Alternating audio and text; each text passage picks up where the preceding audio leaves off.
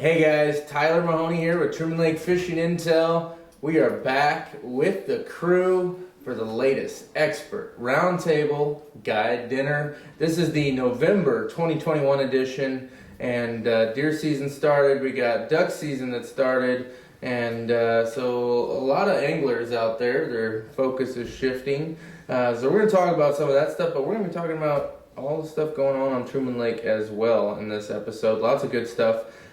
Before we get started, I want to touch on a couple of things. First, I want to thank Nini's Italian Steakhouse and Catering. They made us a few pizzas tonight with some breadsticks. Really good stuff.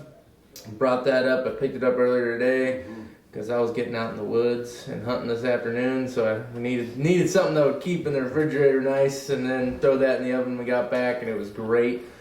Check them out. They're getting ready to do a bunch of catering for the holiday season, Thanksgiving, Christmas. If you have a company event, you're looking for a local company here around the Clinton, Warsaw area, check out Nini's Italian Steakhouse and Catering. They'll hook you up. They got great food. Also want to thank Anglersport Marine for helping to make these videos possible. Anglersport Marine, I was just visiting with them today. Man, they're doing a ton of boat sales. Phoenix, Camus, low boats.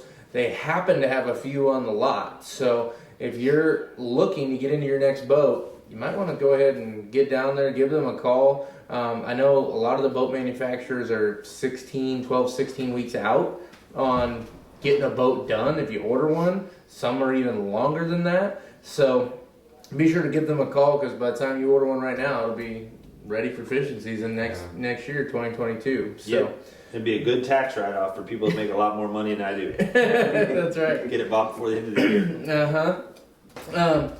But with that, the only other thing, I'm kind of feeling in the Christmas spirit, so we're going to do a giveaway on this video. Nice. So if you're watching this, you're going to see this on Facebook and YouTube. The giveaway is going to be on Facebook. So it's going to be posted at Truman Lake Fishing Intel Facebook page. I want you to tag 3 friends in the comments of this post, but share this post as well, and that'll get you entered. And we're going to give away a Pro Plus membership. So if you've been sitting on the fence, haven't pulled the trigger on a membership yet, here's your chance. You might be able to win one right now. So just go ahead and share this video, and you'll get entered in. So we'll probably do another giveaway next month too. But there you go. But with that, let's go ahead and get started. It is first, I gotta, introduce everybody. So, Dylan Stocking, Get Outdoors Guide Service. We got a new face here sitting to my left, Jordan Lear from Angler's Edge Guide Service.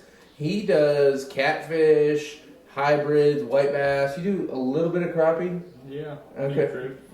But mainly catfish is like the thing. Yeah. White and hybrids. Okay. Fantastic.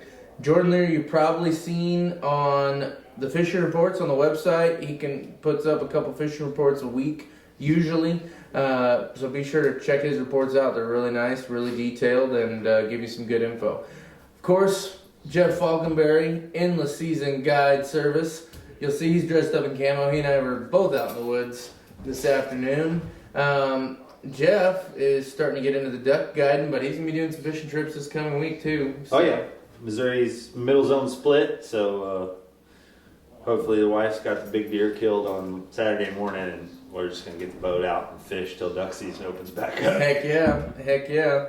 And then, of course, David Ryan over here to my right, Dave's Custom Baits. And as you guys have probably seen, he's now offering coaching sessions on Truman Lake where he will hop in your boat. He will show you basically whatever you want to see on Truman Lake. He'll show you navigation, he'll teach you electronics, he'll show you how to set your boat up and cast to a target to have the most effective, productive throw you can. You're going to do some fishing, but it really is what it's called. It's a coaching session. It's designed to make you be a more effective angler when you're out there in the water, whether you are a tournament bass fisherman or just a recreational bass fisherman. So give him a call. He's up on the website. Let's go ahead and get started. Let's talk fishing. Let's just start with Dylan and Jordan over here. So, Dylan, you're a crappie guy. You've been fishing the Grand Arm quite a bit. It sounds like most guides have. Fill me in. What's current lake conditions like right now over there in the Upper Grand, mid to Upper Grand? Ugh. Muddy water. Yeah.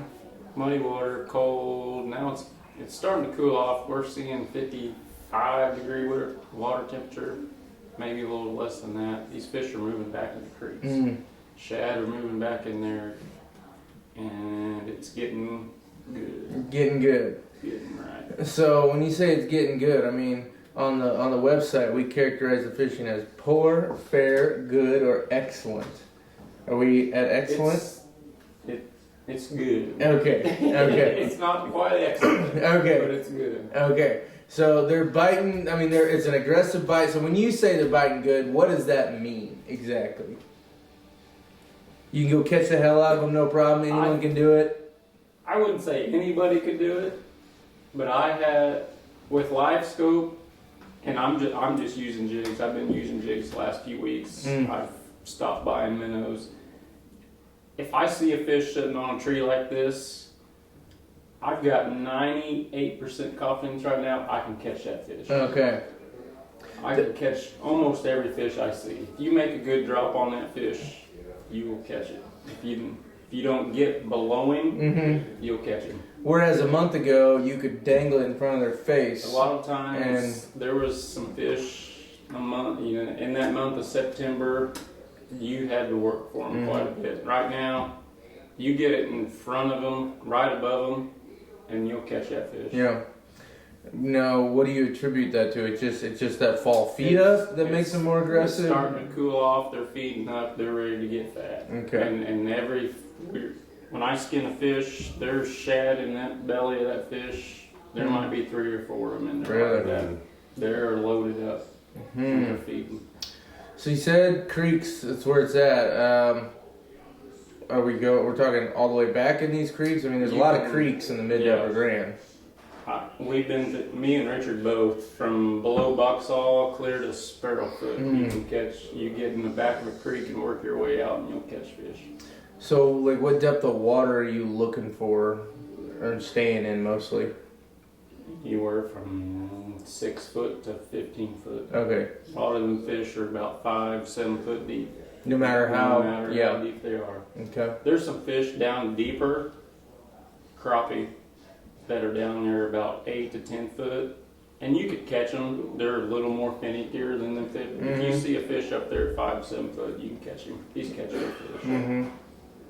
Are most of those fish still on the flat side, or have they kind of transitioned more on the roll off from the channel edges? Yeah. And you can look at my graph on my boat right now and look at where I'm following, and a lot of these. And my trails are just right up the channel on these creeks. Yep. Are you seeing much boat traffic in there with you right now? Last week or two? A little bit. Depends on what creek I go to. Yeah. Yeah. Obviously, some of these otter creeks are pretty popular. Yeah. And that's pretty good too. Yeah. In these bigger creeks, you can get in there and just sit down and fish, and you can fish your way out of them and catch a lot of fish through them. You mentioned you're throwing jigs. Are you doing the hair jigs or plastics? I use hair jigs most of the time, just because if you do miss a fish or whatever, you don't have to push that bait back up there. Yeah. You're not tearing your bait up. If I don't lose lose a jig, I can use that same jig for 6, 7, 8 trips. Yeah. I mean, I can use it and just keep using it. So Yeah. Unless you lose Until it. he catches so many, he pulls the hook. Right. yeah, I had a fish, and Jared Fosno actually tied some up for me 2 years ago, and we went. I used that jig for probably 2 weeks on trips, and I estimated we caught over 1,000 fish on that one jig before I finally cut it off. And I was like, this thing. It was a piece of hair. Yeah. I finally cut it off and tied a new one off. You got your money's worth out Yeah. of that shit. Goodness gracious. Okay, so fishing's been good. I mean, have you heard much over on the Osage, the Tebow, the Pommy? I know I've heard the Osage is getting a little better than it was. They're catching some fish over there. The real I've heard some good. I mean, which it always happens every year. About 1st of November, up these creeks, like way up, like Deepwater Creek, and way up to Tebow. Those fish up there, those shads start moving up there, and those fish start feeding really good. Yeah. And so I've heard it's been really good. But Yeah. I haven't been up there myself. Right. Well, Townsend was up past Galley Nipper the other day and getting into them. So, and that's, for you guys watching, that's in the fishing report section. So, you can go check that out. Way up there where that water's a little bit warmer. It starts to cool down, but it's a little bit warmer up, way up those creeks. And those fish, those shads start moving away. Yeah. Yeah. Makes sense. So, we kind of know what's going on. Probably going to stay the same here for the next couple of weeks. I mean, what are the expectations for the coming month? Is that going to be the same for the coming month? Pretty much the same. Okay. Yeah, they'll stay in those creeks. If anything, just find a creek, find one of those big creeks, and just out of the wind. You know, try to position yourself out of the wind in those creeks and work your way through them. Start in the front, work your way back, or vice versa, and they'll be in there somewhere. Yeah. And you're looking for hardwoods. You're not looking for cedars. You're looking for hardwoods. Yep. Hardwood stumps. Those black stumps right now are holding fish. Yeah. Because right now, where they are, they're not that far away from when the water temperature drops. They'll be right close to their wintering areas. Right. And they're pretty much within They're- 25 yards of where Right. they're going to be. Yeah, where they're at now, they'll be within, like you said, 50 to 100 yards maybe Yeah. of where they'll spawn. They'll be Right. in April. Where are you seeing the shad? Are you seeing a lot of shad in the creeks? They're in the creeks. They're starting to move back in the creeks. Are you seeing any around Bucksaw area? Okay. I'm just thinking for some of the cat guys that are looking for shad, you know, Yeah, in the there's upper some, grand. and there's some big shad in the creeks. Yeah. 'Cause I get guys, they're like, "Is that a crappie there?" I'm like, Yeah. "Those are shad." Zoom it around. Yeah, you can just Yeah. tell by the way they're Yeah. moving. They're not Pretty big gizzards. crappie. Yeah, they're Mhm. just big old shad, about that big, Yeah. and they're in those creeks too. Freaking A. Well, sounds like, I mean, and I do have some insider info from the Truman Lake biologist on some of their recent stuff. I can't share it yet, but some pretty exciting stuff for Truman Lake. We have a lot to be excited about. I got to see how they age the crappie. Yep. We'll see more and more, but there's a lot of big crappie in more places in the Grand. So. Oh, yeah. There's a lot of good fishing to be had all over the lake. They're getting into them on the lower lake. I haven't caught up with Steep Lake yet, but they were out fishing the last few days and doing their bluff wintertime fishing and just putzing along. Brush piles, brush piles, Yep. brush piles. Yep. He's So very good at it. they're getting better keepers down there now as well. They're still having to go through some shorts, but moral of the story is a lot of good fishing to be had right now, and for the next several weeks too. So you're just gonna have to bundle up a little bit more. Although I think the majority of us are probably gonna be in the woods this weekend. So, but anyway, so crappie, we know the drill on crappie. Catfish is been pretty good, hasn't it, Jordan? Yeah, it has. Now you've been fishing on the lower lake, because that's actually closer to where you live. Yeah. So you try to target those areas a little bit more so than running way up the rivers. Although I'm sure you run way up the rivers when you need to, but you've been doing pretty good. Yeah, it's been pretty good. Just in this last week, I've started anchor fishing quite a bit. Yeah. Done real good. Been dragging baits all summer, and they're starting to group up good enough. Now you can start anchoring and Yeah. catch a good 10 fish out of a school and move to another spot. Yeah. Been catching a lot of shad around the dam area there, deep 35, 40 foot on the bottom. Now, yeah, that's quite. Lots of rope. Yeah. Yeah. Well, you use you put the duct tape on your net, or I saw you were talking about. I buy them that way. Oh, okay. They're Tech, or I throw them with the tape on the bottom. They sew it in there. Just helps that net stay open longer. Yeah. They come with a 50-foot rope, No. so So you can get down there. you throw it once, you're done. Yeah, yeah. So, when you're cutting up that shad, are you using the head or using the tail? Do you fillet it and then use a little fillet? What's your method of your madness on the way you hook a piece of cut shad? Well, every day I'll start out, I'll cut the head off, do a few fillets, chunk up the backbone, that meaty part, Mm-hmm. put that on the hook, see what they want for the day. Yeah. Every day is different. Well, it seems like everybody's kind of got their own. I've been in the boat with a lot of people who catfish, and every single one of them uses different parts of the fish and has their own thing. So, kind of interesting. Now, you said you're anchoring up. I mean, are you focusing in on shallow water? Are you trying to key in on channel ledges? Where are you seeing? You said these fish are stacking up. Where are you seeing them stack up? What kind of terrain are you looking at? Well, I'll usually tie up to some trees if I can find them. Mm-hmm. And if it's windy out, you can stay pretty still that way, keep your lines tight. Yep. And if there's no wind, sometimes I'll drag bait. It just depends. I usually, Yep. if the water temp gets below 55, I start anchoring Yeah. the whole time. Yeah. Now, are these fish that you're getting into, I mean, are they sitting pretty deep or are they shallow?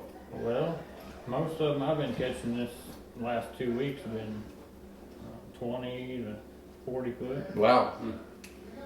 All the big fish have been coming in 35 to 45 almost. Now, are these still on a flat per se, or are you focusing in on like the channel edge when you're anchored up, or? Oh, mainly flats with a few trees around them. Okay. And down near Shawnee Bend area, there's a lot of shad in that area. Mm-hmm. A lot of fish around them. But up at Tebow, I fished that beginning of the week. Mm-hmm. There wasn't any shad to be found around there. Mm. Fish were hungry. Yeah. Hmm.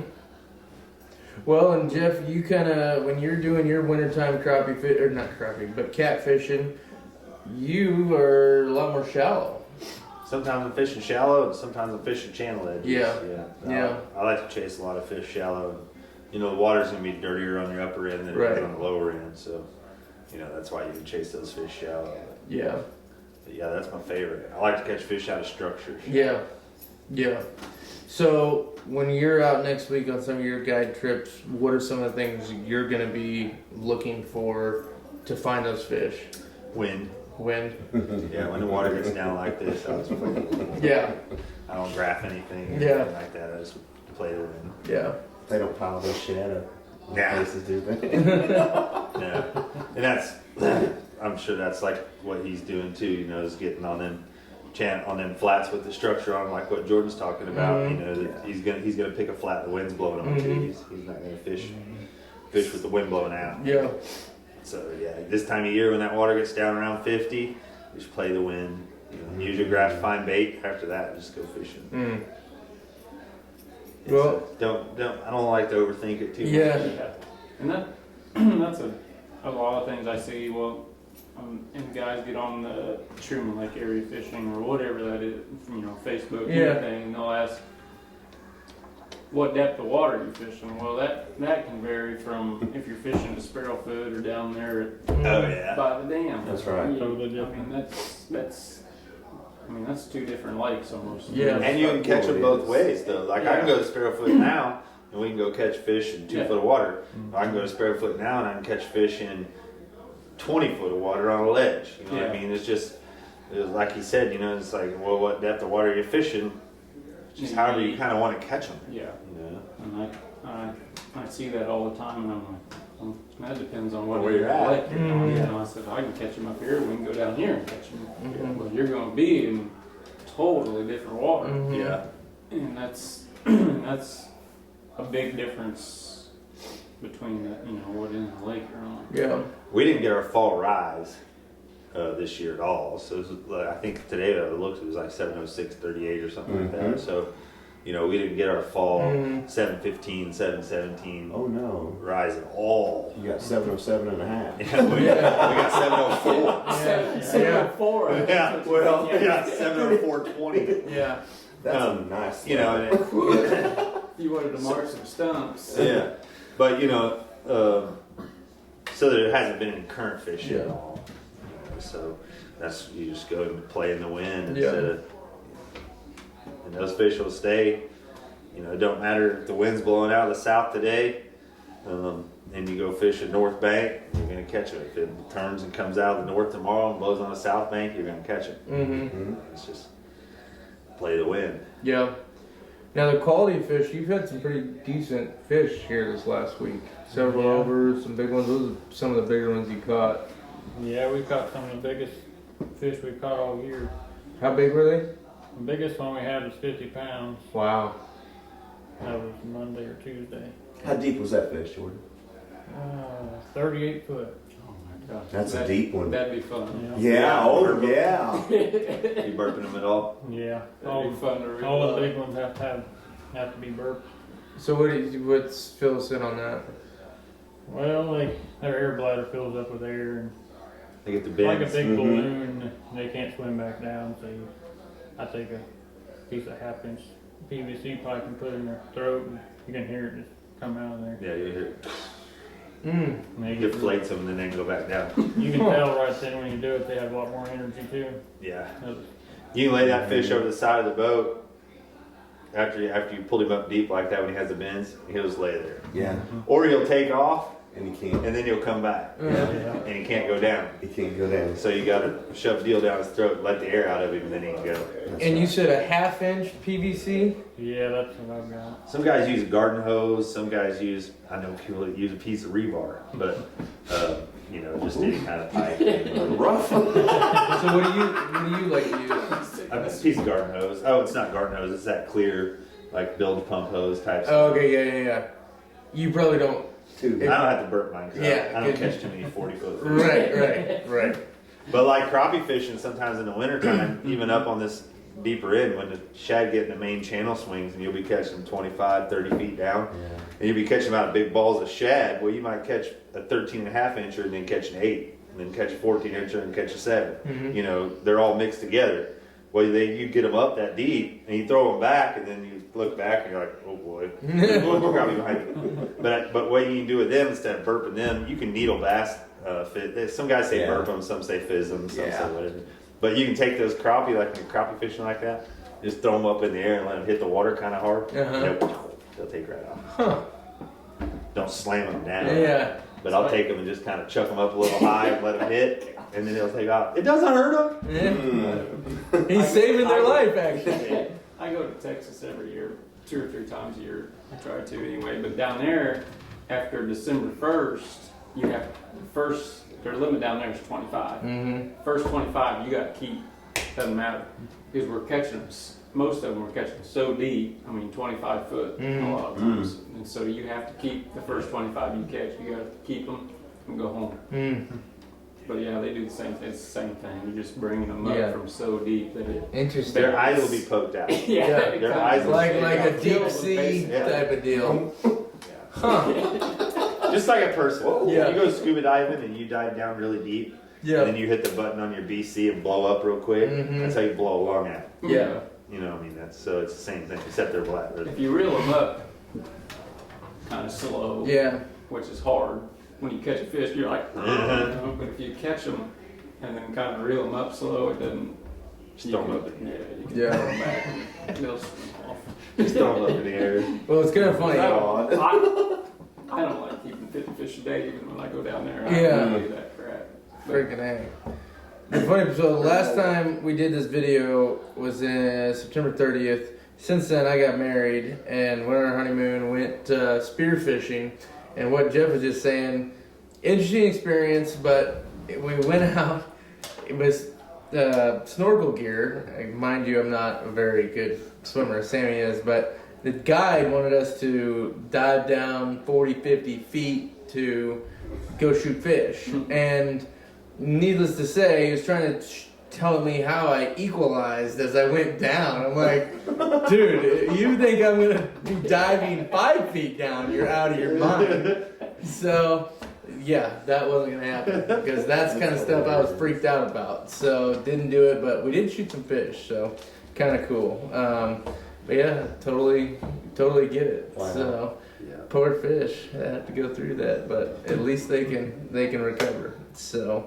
But that's good to know because I'm sure there's a lot of folks that don't know that about the catfish. Yeah. So And bass, you do the same way. You just Yeah. go in with a needle hmm in the side and put a needle in their side. But is there? How do you measure where to put that needle in? And there's specific. Well, there's 2 different ways. You can do it. You can do it that way, but if you miss, that's bad deal. Yeah, You yeah. know, most of the guys just go through the mouth, Uh-huh.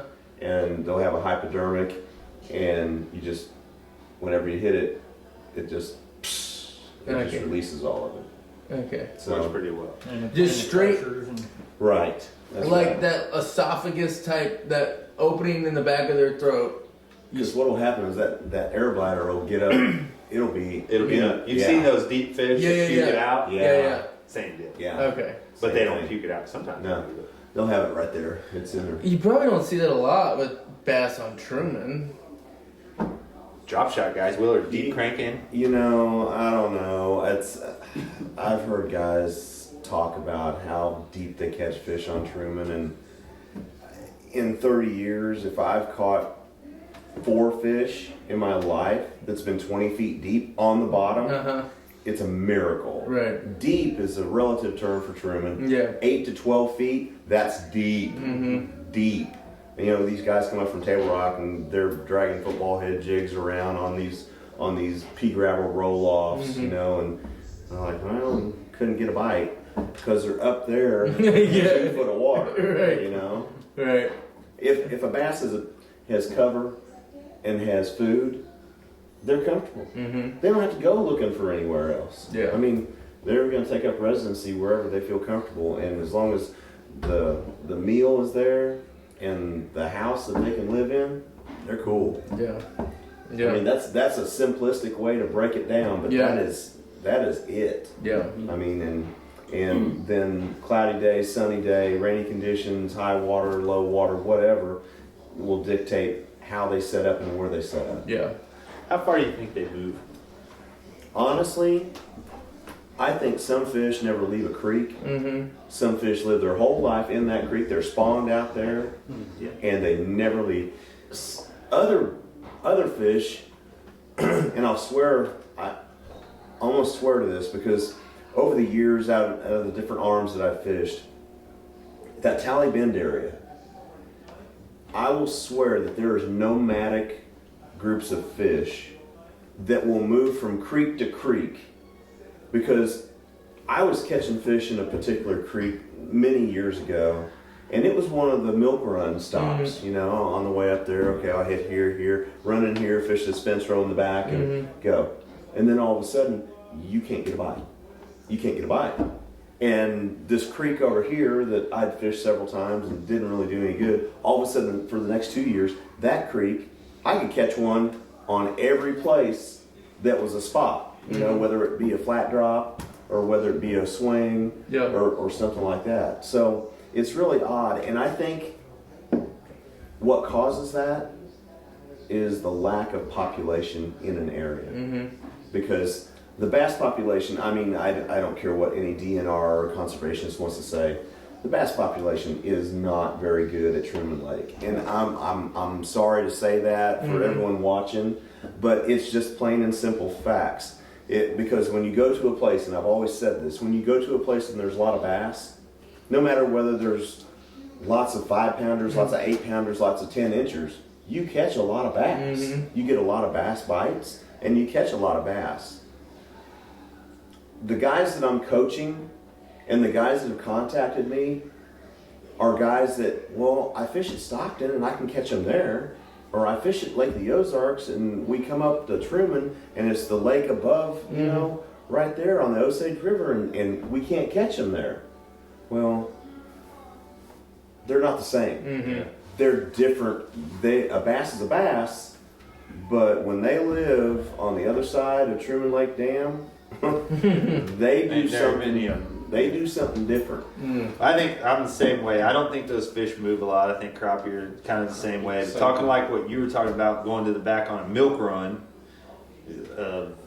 which is a big word in this, but going on that milk run, going to the back, fishing that fence row, not catching them, and then going where you didn't catch them, and then catching them.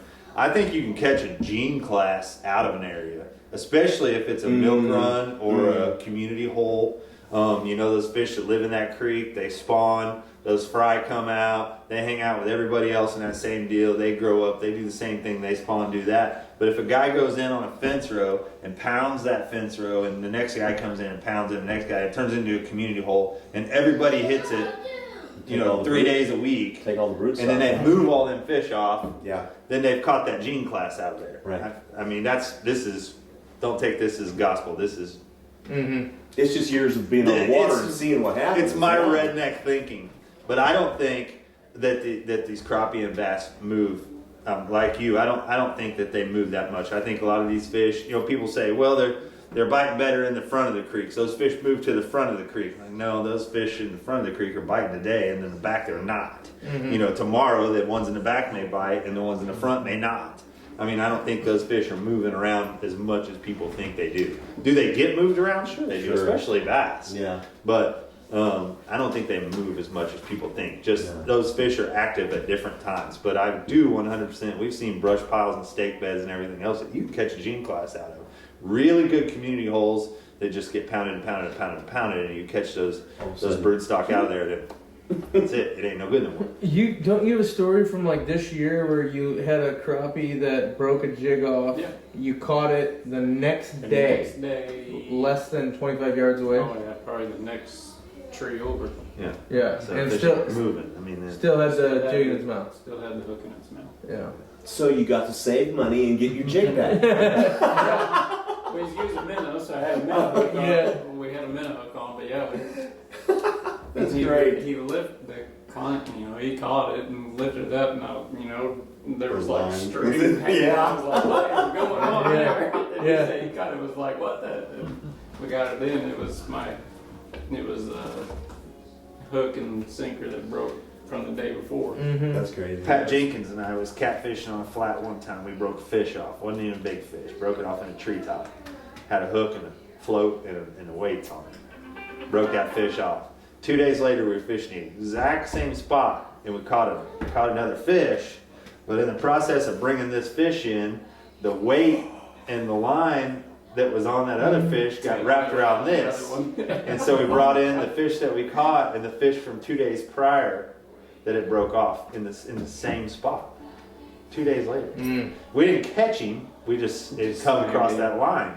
So that He fish was didn't still- move at all. He was still hanging out right there. Yeah, those. He just Yeah, like I said, I don't think these fish move very far either. Like you said, these fish, they just become more active in different spots. Yeah. And even as much as like what he's saying, that fish 5 to 7 foot down, you get that bait in front of him, he's going to eat it. That fish 8 or 10 foot down, he may not be as active as that dude. 1, 2, he may not be able to see it as well. Mm-hmm. So Well, so let me ask you this then. So during the summertime, we talk about Main Lake Flats, Main Lake Flats, Main Lake Flats.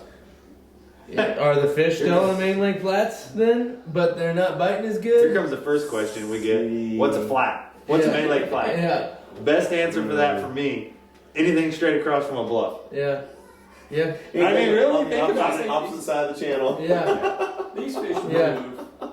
Can I go into a creek any day of the year and catch fish? Guaranteed. Yeah. Are there going to be more fish out there that are more active than the fish out there on the flat? Probably not. Yeah. Yeah. But will those fish out there on the flat move? They'll move. Mhm. I think the fish out there on the flat move. I think they'll move back and forth. But I think there are creeks, especially bigger creeks up from Bucksall. Mm-hmm. You can go in them creeks any day of the year and catch Catch fish. crappie. Mm-hmm. I agree.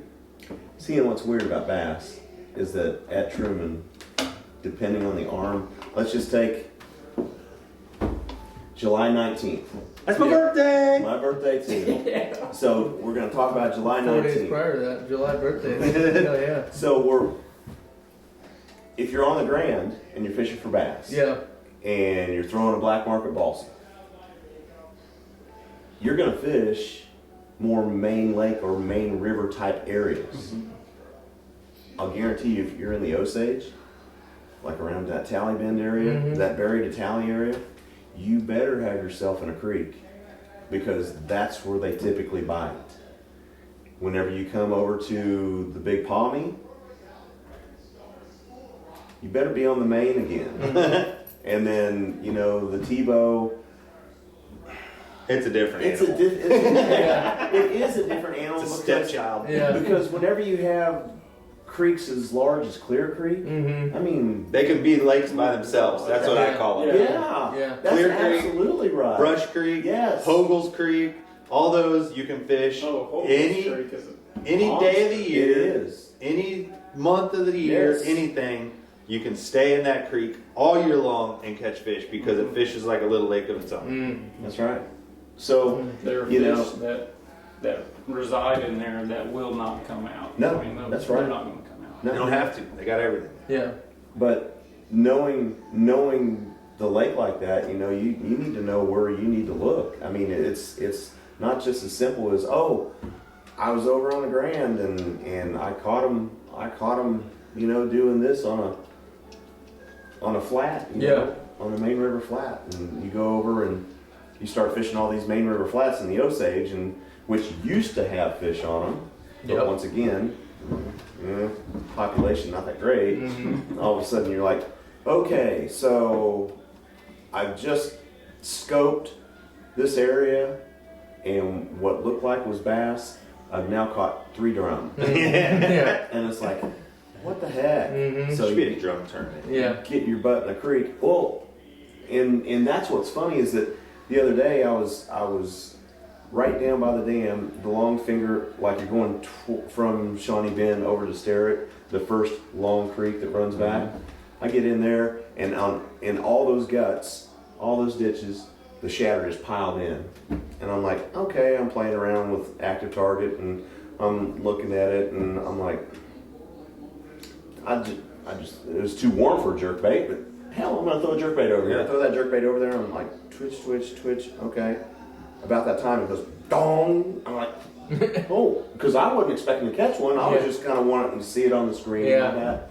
All of a sudden, I'm like, oh no, it's a drum out there. There's a whole school of drum out there eating those shad. You talk about like Tally Bend, though, you know, you get up to Muddy Creek, Butler Hollow, Wobbler, all that. Yep. And that's a different animal itself because now you're no longer lake fishing, you're river No, fishing. that's Right, and that's a different. and it's the same thing too. Like it's way different than fishing a main lake. And you know, there's guys that are river fishermen that'll just go up there and just wear them flat out. But guys that are lake fishermen go up there and struggle. Well, and you talk about taking the brood stock away in places. I mean, it's terrible. I mean, I don't know how many tournaments I've won from Wobblo up. It's been a few. There's places that you can't get a bite anymore. Yeah. I mean, it really is. And to think of how many 5 and 6 pounders I've caught in those areas, and not just one bite. I mean, I'm going to catch a limit down this bank type deal. Yeah. You know, it's I mean, it's like all of a sudden now you fish it and it's like it's a ghost town. It really is. And so, you know, without quality composition for the bass to reproduce, and without having enough bass to reproduce, it's just a lose-lose situation because there's so much silt up there. It's silt, everything's silting in big. It's so bad. I mean, even on Well, heck, you can plant corn in Deepwater Creek Channel. Yeah. I mean, you can. it's bad. Yeah. It's bad. And even just in the years that I've been on the lake, I used to run right all the way up through there. I'd run to the bluffs. I No know. problem. But now it's so muddy. You know, 707, you used to be able to blow and go. Yeah. Not now. Not now. You were on the lake yesterday chasing bass around and I did was. pretty good. So tell me about that. Well, we threw in at State Park, and I had an older gentleman with me who's a friend of mine, and he wanted to get out of the house and enjoy that nice weather that we had yesterday. So we put it at State Park, and we just fished around there, and they were running some current yesterday afternoon because the first place I pulled up to was a super secret spot that's got like 15 stumps on this flat point. Yeah. And you know, we didn't get any bites out there, and I was like, oh my gosh. I was like, I was just ready for, honestly, I wanted him to catch a big hybrid. Because it had jerked the rod out of his hand. But, you know, we're out there, no bites, and so I'm like, okay, let's work our way back here in this little pocket. And it's a pocket that typically you catch a lot of bass in. Yeah. Especially, it's a wonderful springtime place, but we're just going to cruise in there, and shad are all over the place. And there was one particular tree that sat on a flat drop, and I sat there, and I couldn't believe it, because they were all ganged up around it. I caught 5 bass off one tree. Now, granted, they weren't all keepers. Most of them were 12 to 14 inches. And then the 3-pounder that bit, he bit and jumped and came off, and I was like, oh man. But before we made the pocket, which is maybe 300 yards deep, I bet you I caught 15 more. I mean, they were just biting in there like crazy. And you know, obviously it's all the feed, you know, the fall feed and everything else. The shad's there. And Shad. Yesterday I noticed a lot of shad were up. they were high. Even where I was at, the shad were just constantly flicking on Yeah. top of them. These trees that you were catching bass in, were these cedar trees? Or? There were. It was a mix. The mix was on the cedar tree side yesterday instead of the hardwood side. In the fall at Truman, this is just my deal. Everybody else would probably just be like, yeah, I don't know about that. But if it's sunny, I like cedar trees. If it's a cloudy day, I've caught more bass suspended in hardwoods than I can shake a stick at. I don't know if it's just in between my ears. Yeah. But it works. So a lot of these fish, I mean, they're suspended in the trees. They I mean, are. how deep of water was the boat sitting in? How deep are these trees? You know, sometimes the boat was in 13 foot of water, but in that particular instance, I think it was in 18. That tree was probably in a 3 to 8, 3 to 7 break type situation, and those shad are up where that was, because there was shad everywhere. Yeah. There was shad in the middle, and I think that's where the bigger fish were. But I just wanted Lloyd to, you know, maybe get his line stretched and just catch something, you know. So we're fishing a little bit shallower, but there was a bunch of shad that were right up on the bank eating the algae off the rocks, and then all of a sudden you'll see, whoosh, you know.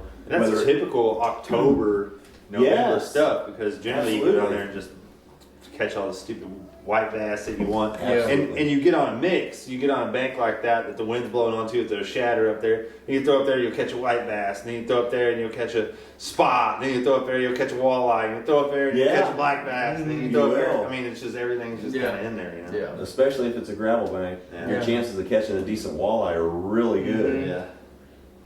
Freaking But no, we ran around and fished that, and then right before we came in, we were in a pocket about across from State Park boat ramp, and the shad were piled in the back end of this creek, and every once in a while you'd see a chase, and it didn't really look. And at first I thought it was cats. I thought it was big cats, and there were a couple of limb lines that were in there, and one of them was going. It had, I don't know, it had a blue on it about that big. But we cut across the creek, and we're about ready to end, and I caught all these on my my small size. Oh, okay. I didn't throw the bigger one. I didn't throw the medium Okay. size. I threw the B1 or the small size, you know, black market balsa, and not anything spectacular, you know, as far as flashy color. It was just Diet Dew, you know, which I think that's probably the best color I've ever painted. I mean, I know everybody catches them on that. And the bass love it. It doesn't matter whether you can see 3 feet down or 3 inches down. Yeah, how was clarity? Because you're in the lower grand mostly. It was pretty good. Okay. It was really pretty good. You could see a bait pushing 3 feet. Yeah. Don't you think that's about right, Jordan? Don't you think the clarity is about in that area? 2.5, maybe. Yeah. Something Yeah. like On the that. T-bows like Yeah. that too. Yeah, it's pretty clear. It is. It's pretty clean, and so. That can change daily too. Just the wind, Oh gosh, with the wind. Mm. That's right. That's right. And so we ended the night and caught a hybrid in the Yeah. middle of all those shads. Yeah. And and Lloyd was all excited. He thought I'd caught a big bass. I caught the man in the striped suit. Yeah. What time frame did you fish yesterday? Oh, probably from around 1:30 till 4:30. Okay, so it was in the Yeah, it was afternoon. the afternoon Yeah. deal. Did you intentionally do that because you saw they'd be running water in the afternoon, or that was just? No, I actually went and played golf in the Yeah, morning. okay, got it. Well, and that brings up a good point. You're getting ready to do the Missouri Invitational I am. next week. So I am. Missouri Invitational is a Bass and Bob thing, isn't it? It is. So fill us in a little bit about it. Sure, absolutely. So this is going to be the 6th or 7th year that we've had the Missouri Invitational, and what it is typically anywhere from 25 to 30 pros. This year it's been bumped up to 40, so there's 40 of us being invited to come in, and there'll be 40 co-anglers or amateurs that have paid their entry fee and have an opportunity to bid on one of the pros to see who they get to fish with. And we're down there at Lake of the Ozarks. We're going to be fishing 2 days of bass tournament, and then we're going to play one round of 18 holes of golf at Old Kinderhook. And the way that they convert your golf score into pounds and ounces. No. So for a par, you get a half a pound. For a birdie, you get a pound and a half. And for an eagle, you get 3 pounds. If you bogey, they don't take anything away. Yeah. So it makes it interesting. Yeah. So what's going to happen is that on the golf day, you and your amateur partner are going to also be with another pro and amateur partner. So you go out as a foursome, and you have one golf pro that hits a shot for each team. Before, before we did it, it was a golf pro for each team, and then after 9 that they would switch. But it's kind of hard to coordinate all that. I mean, Yeah. you'd have to have 80 golf pros, show up, and so this year we're going to do one golf pro for the foursome. Yeah, and then it's a scramble, and it's really a good time. Yeah. It's one of the funnest tournaments I get to fish all year long. Yeah. And, a couple of years ago, I had some really good opportunities. I think I finished 12th a couple of years ago, and they were biting us black market 110 like it was going out of style. It was so great, and then we just missed a couple of putts, or else we'd have been right there. We missed. So a you couple. were there on the fishing side, but it was the golf came down to a couple swings. It was because we I think we scored 15. Drive for show, putt for day. That's right. I know. That's the truth. Except for I just love to hit it a long way. Yeah. But no, it'll be a great time. And another thing I wanted to talk about is that I am booking sessions, coaching sessions for the spring. Yep. For stick bait sessions. And I want to touch on this just a little bit because a lot of people saw the coaching sessions and understood what we were trying to accomplish. But a lot of people can just go fishing and they're like, well, why do I need a coach to go fishing? Well, the reason why I'm doing it is to kind of trickle down some of the knowledge and some of the experience that I have after fishing this lake for as long as I have. And like we touched on before, it's not like any of the other lakes. Yeah. I mean, it fishes differently, and you have to have a different mindset. And then also, some of these techniques. I mean, somebody buys one of my black market losses and goes out and fishes it. And there's, for the day, there's a right way and a wrong way to fish it. But overall, in totality, I believe that there is a right way and an incorrect way to throw the bait, to hold the rod, to crank the reel, the whole gamut. I mean, it's a whole program, and if a person buys into the program and understands how they have to change the cadence or how they have to change the size of the bait or the color of the bait with the day that is presented to them, that's the biggest thing that I'm trying to do. Is I'm trying to flatten the curve. Yeah. And because all the sweat equity that I have and countless hours on the water is how I've gotten the hard drive basically that I do. If someone could cut that in half, for another person, I mean, your success rate automatically goes up. Yeah. So I think if someone wants to learn how to throw a jerkbait, a suspending jerkbait, not toot my own horn by any means, but I'm pretty handy with it. I think that they would benefit from scheduling their session and getting a chance to get in the boat and learn. As far as throwing a suspending jerkbait on Truman, is that going to be late February, March? When's that time frame that people should be shooting for to be throwing that? That's the time frame. Okay. And in fact, yeah, that's right. Fred Yeah. I'm telling you, he was good, and that was his game. yeah. Man, you could catch him. It's a fun deal. I mean, and you can catch great big giant ones. Yeah. I had a buddy of mine come up a couple of years ago. His son was going to have a high school tournament, and it was a March tournament. And Fletch and I went out, and I took him to a place, and I'm like, man, they usually get here, and the fish that he caught that day, I don't know, we didn't put it on the scale, but it was an 8-pounder if it weighed an ounce. Yeah. I mean, it was a giant. It looked like a Sam Rayburn fish. I mean, it was one of those with the eyes bugged out of its head, just giant. So it's a good time. Don't get to see a whole lot of those anymore on Truman, but during stickbait time, that's typically when you'll see some of the biggest fish because they get in places that are accessible. Yeah. I think if there is a population of big fish at Truman, I think that for the most part that they don't get where people are casting. Yeah. I really do. I think that they do something different, and that's why that we don't see very many of them anymore. Right. I mean, I'm sure Jeff remembers this. Years ago, we'd have a summertime tournament at Truman, and somebody was catching a 7-pounder on a big worm out of a tree. The old red man tournaments in the woods and waters. Yes, There's all always those. jacking them. Yeah. But hardly ever see that anymore. No. Heartland. There a Heartland Yep. series. There was.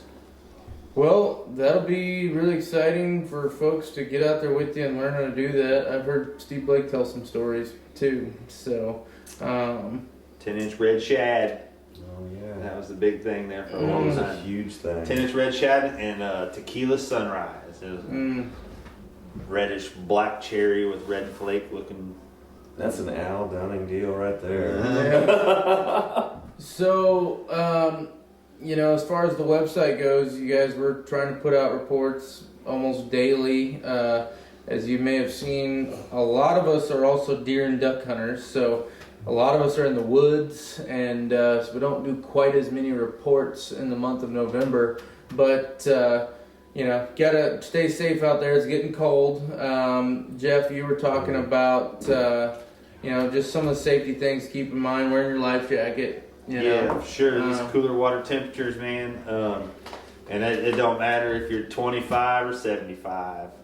When the water temperature gets, down in them below 50, it can be rough on you. It slows you way down. Typically you got a lot of clothes on, stuff like that. So just wear that PFD and have a throwable close by. And really,